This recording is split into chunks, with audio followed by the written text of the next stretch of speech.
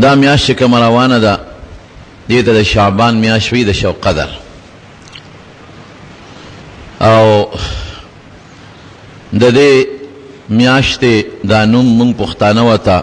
د شب قدر میاشت وایو، عربی کې ورته شعبان وایي. مونږ ورته د شب قدر میاشت ولې وایو؟ ځکه په دې میاشت کې یو شپه ده او هغې شپې ته د شب قدر شپه وایي، شب قدر. او څوک ورته د اردو والا شب برات وایي او لیلة القدر هم ورته وایي. یو لیلة القدر هغه ده چې هغه په رمضان کې ده، او یو لیلة القدر شب قدر هغه په دې میاشت کې ده. شب قدر ورته ولې وایي؟ شب په فارسی کې شپې ته وایي. شب قدر، قدر عظمت ته وایي او لویه ته وایي. نو شب قدر دا د عظمت، د شرافت او د برکت شپه ده. او لیلة القدر هم په دقه معنا ورته وایي چې لیله شپې ته وایي،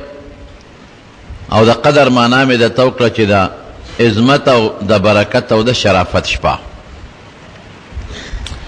او زمونږ د بعضې دوستان ورته شب برات وایي، براعت هغه پښتو کې ورته بری کېدل. یو سړی بری کی، یو سړی خلاص کی، وی په دې شپه باندې الله ډېر مخلوق د دوزخ د اور نه خلاصوي. او شب قدر یو بله معنی علما کوي، وی الله پاک سره چې کم تقدیر پروت دی، د الله کم علم دی د دې مخلوقاتو متعلق، د یو کال د انسانانو متعلق چې کم تقدیرات دي، نو الله د دنیا فرشتو ته حکم وکړي چې دا لیکل شروع کړي. نو په دې شپه باندې هغوی تقدیر حولی ورته وایي، د انسان د راتلونکي کال چې دی څه کوي، ډوډۍ خوري، اوبه څښي، ګرځي، جمدی به یي، مړ به یي، دا ټول لیکل شروع کړي. او په رمضان کې چې کوم لیلة القدر دی، نو په هغه شپه باندې د دنیا فرشتو ته حواله کړي. بر آسمان کې فرشتې دا لیکل د دې شپې نه شروع کوي، لیکي. او د دنیا چې کومې فرشتې دي، لیلة القدر چې کومه شپه ده، نو په هغه شپه باندې بیا د دنیا فرشتو ته حواله کړي. زما وروڼو، دا ډېره زیاته د برکت شپه ده. نبی کریم صلی الله علیه وسلم د شپې د بیبي عایشې صدیقې سره، عایشه صدیقه فرمایي چې د شپې را پاسېدم، نبی علیہ السلام مې وکت، نو سودا مې شوه چې پیغمبر علیہ السلام چېرته تللی. نو عموماً به په داسې حالاتو کې بیا د لور کره کله کله ته د بیبي فاطمې کره، حضرت علی صاحب کره، نو زه د هغې کور ته لاړم او تپوس مې ترې وکړه چې نبی علیہ السلام دلته راغلی دی؟ وی چې نه. او د شپې وتی دی؟ وی علي صاحب هم زر را پاسېد، سودا شوه. حضرت فاطمه رضی الله تعالی عنها هم را پاسېده، او دا ماشومان بچی حسن او حسین دام راویښ شو. نبی علیہ السلام پسې ګرځي،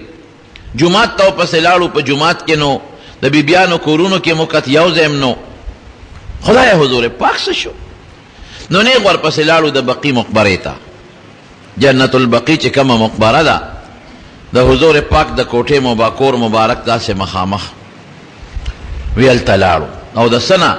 په مشکات شریف کې په معجزاتو کې یو حدیث دی چې پیغمبر علیہ السلام به په کومه لار ته، نو په هغه لار به یو خاصه خوشبویي پاتې کېده، د وجود نه به خوشبو تله. نو چې کومې خاص ملګري وو، نو هغې ته به پته وه چې دا خوشبو خو په دې لاره د پیغمبر علیہ السلام ده. نو دی په دې لار داسې تللی دی، په خوشبویۍ پسې به دوی تلل. وی ورپسې روان شو، تلو تلو د بقي مقبرې ته ورسېدو. په توره تیاره شپه کې د بقي مقبره کې یو غاړې ته، هغه زمانه کې دومره غټه مقبره نه وه، دا د غز بوټي و پکې، د غز، او خالی کله میدانو، شاړه علاقه وه. نو حضور پاک یو طرف ته په سجده پروت دی او جاړي. او د الله دا آیت وی، ان تعذبهم فانهم عبادك وان تغفر لهم فانك انت العزيز الحكيم. خدایا کته د خپل بندگانو العذاب ورکه نو ستا بندگان دي نو څوک د تسوي نشي ویل ته خپويږي الله ان تعذبهم کا عذاب دی لورکه فانهم عبادك نو ستا بندگان دي څوک ته پوښتنه شي کوله یو سړی مړی دی او دې سپېړه ورکه که څوک ته وي چې ولې ورکه زما غلام دي ستا په دې کې سړي مثلا د یو سړي زوی دی اوس دی ولا غزار ورکه او الکه ولې وې ورو زما زوی دی ستا دې سره سکار دی ادب وتخم عقل وتخم غلطی کړی ده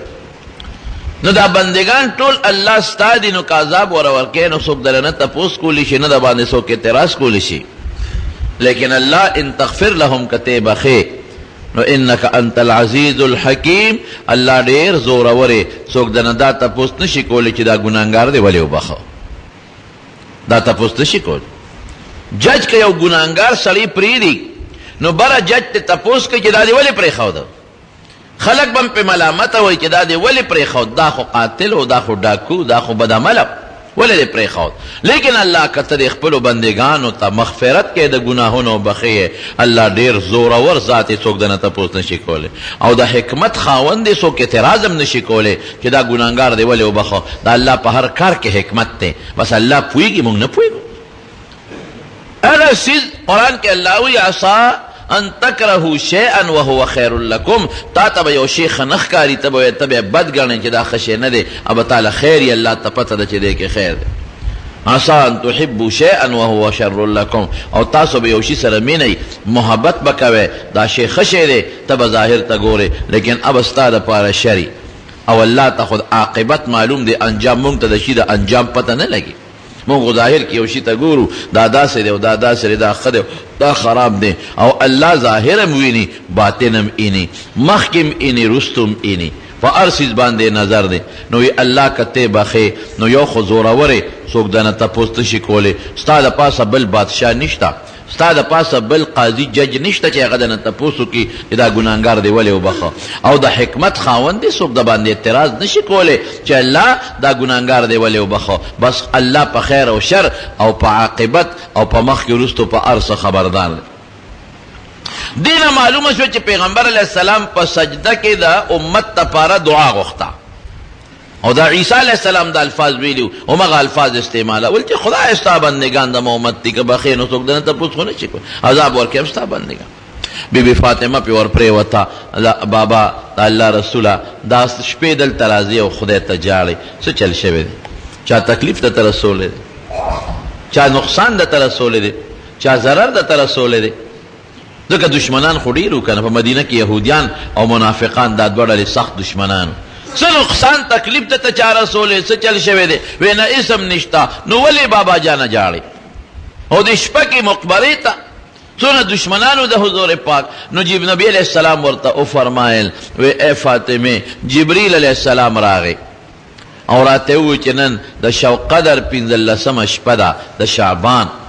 او که دا امت تا پارا دا اللہ پا دربار کے دا بخن سوال کے نوڑی قیمتی شپا دا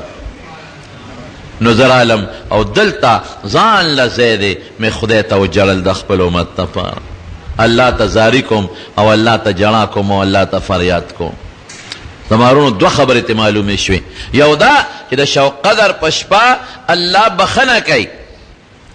حدیث پاک چی مولد حضور پاک فرمائی وی دا اللہ رحمتنا یا اللہ پا یو خاص صفت دیڑنبی اسمان ترا کزیگی او پا عربو کی او قبیلہ و بنو کلب اغیب گڑ چیلے ساتلے وی دا بنو کلب قبیلے دا گڑو چیلو دا ویختون زیاد مخلوق بخی نیو خطے دا اللہ رحم معلوم شو گورا پا معمولی خبرہ اللہ پاک بندگانو باندے سونا رحم کئی قسم دے دکل کل سوچ والم زیم خدای تا منگ سر سکیو منگ دا سر سکو تا پا منگ سونا میرا بانے بانی رالا جوڑے دا جمعہ شپا دے دا برکت پیدا کرے دا جمعہ شپا دا برکت تا و دا جمعہ روز دا برکت تا چکم بندر آتا عبادتو کنو بے بخوا گورا دا بانا شوا دا عرفی روز شو برکت دا رمضان روجی دا برکت منز دا برکت